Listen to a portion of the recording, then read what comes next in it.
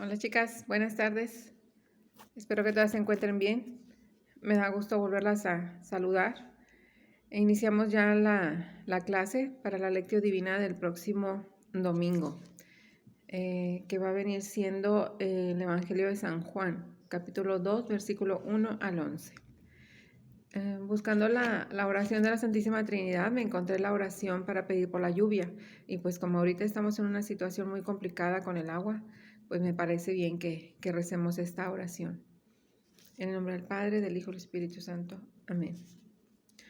Oh Dios, y en quien vivimos, nos movemos y existimos, concédenos copiosa lluvia, a fin de que, ayudados suficientemente con los auxilios presentes, suspiremos con más confianza por los eternos.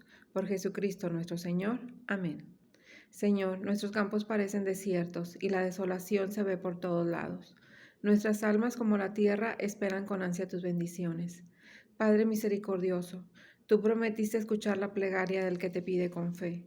¿Permitirás que tus hijos sufran hambre y escasez? Para que no falte el pan de cada día, envíanos, Señor, la bendición de la lluvia. Señor, envía desde el cielo la lluvia sobre nuestros campos para fecundarlos y sobre nuestras ciudades para calmar nuestra sed, y así remediar múltiples necesidades. Te lo pedimos, Padre amoroso, por nuestro Señor Jesucristo, tu Hijo. Amén. En nombre del Padre, del Hijo y del Espíritu Santo. Amén.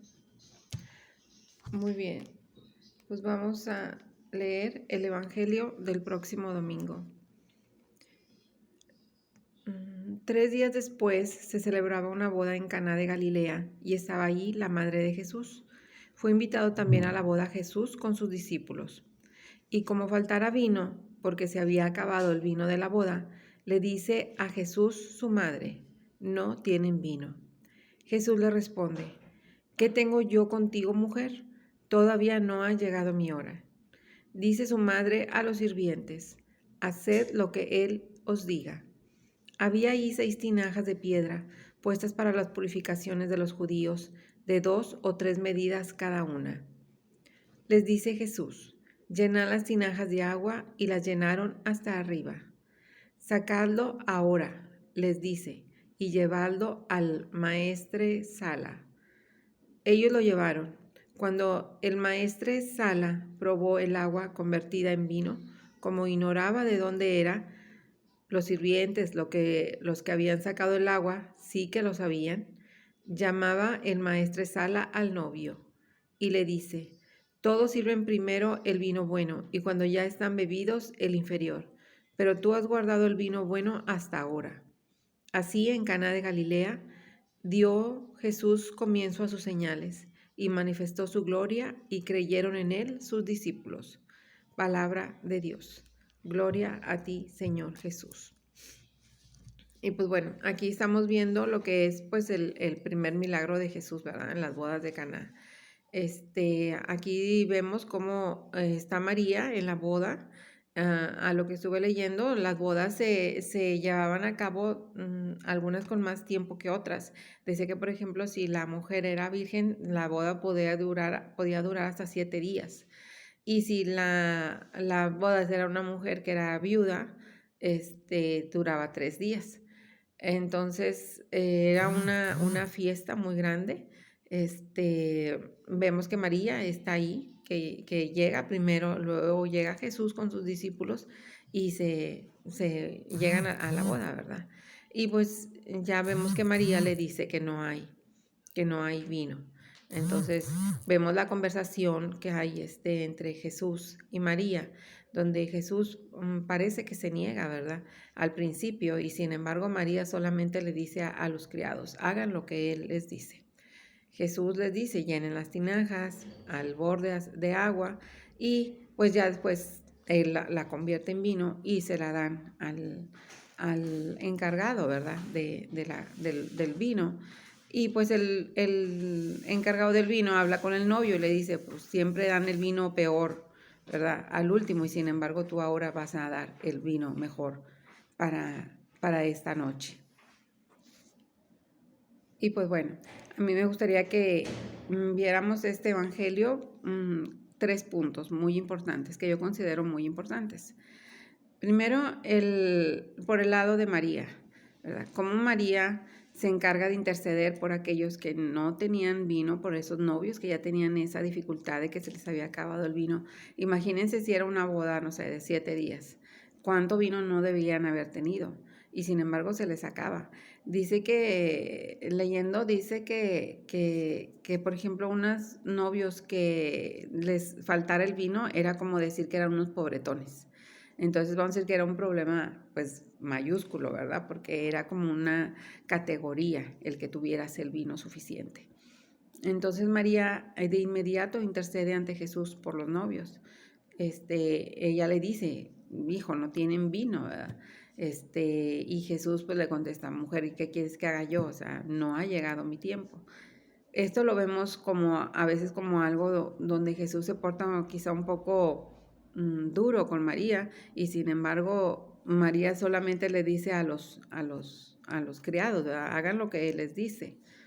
Entonces Jesús, vamos a decir que a pesar de que de la manera en cómo le había contestado a María, Él hace el milagro que le pide María, ¿verdad? Que convierte el agua en vino. Entonces vemos a María como intercesora de los hombres ante Jesús. Es una de las cosas que se nos critica mucho a nosotros como católicos, perdón, el hecho de que nosotros veneramos a María o le pedimos a María muchos favores, ¿verdad? O le pedimos que intervenga ante Jesús por nosotros. Entonces es una de las cosas que tenemos que tener bien claras, que nosotros no le pedimos que María haga el milagro. María intercede ante Jesús para que Jesús haga el milagro.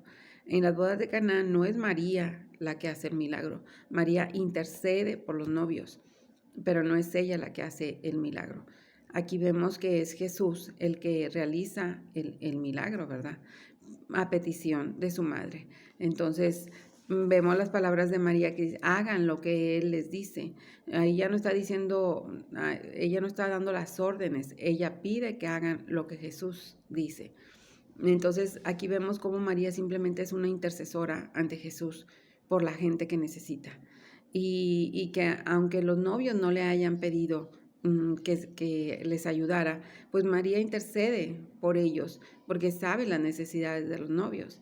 Entonces es igual para con nosotros. María realmente ella sabe cuáles son nuestras necesidades. Y si nosotros con más ganas le pedimos su intercesión ante Jesús, pues ella lo va a hacer, como madre que es de todos nosotros. Entonces aquí vemos a María como intercesora, no como la que hace el milagro, sino como la que intercede ante aquellos que necesitan e intercede ante Jesús. Hay una reflexión que dice Dios Padre, Dios Hijo y María, ¿verdad? Si quieres ir al Hijo, tienes que ir por María, y si quieres ir al Padre, tienes que ir por el Hijo. Entonces, María nos lleva al Hijo y el Hijo nos lleva al Padre. Pero si nosotros empezamos por María, que a lo mejor es un poco más, se podría decir un poco más sencillo, porque al fin como mujer, como nosotras, que tuvo una vida muy parecida a la de nosotras, pues ella nos entiende muy bien, ¿verdad? Sabe muy bien qué necesitamos. Entonces a María le podemos pedir que interceda por nosotros ante su Hijo, para que su Hijo a su vez interceda por nosotros ante el Padre. Y el otro punto que hay que ver, pues es el de Jesús, ¿verdad?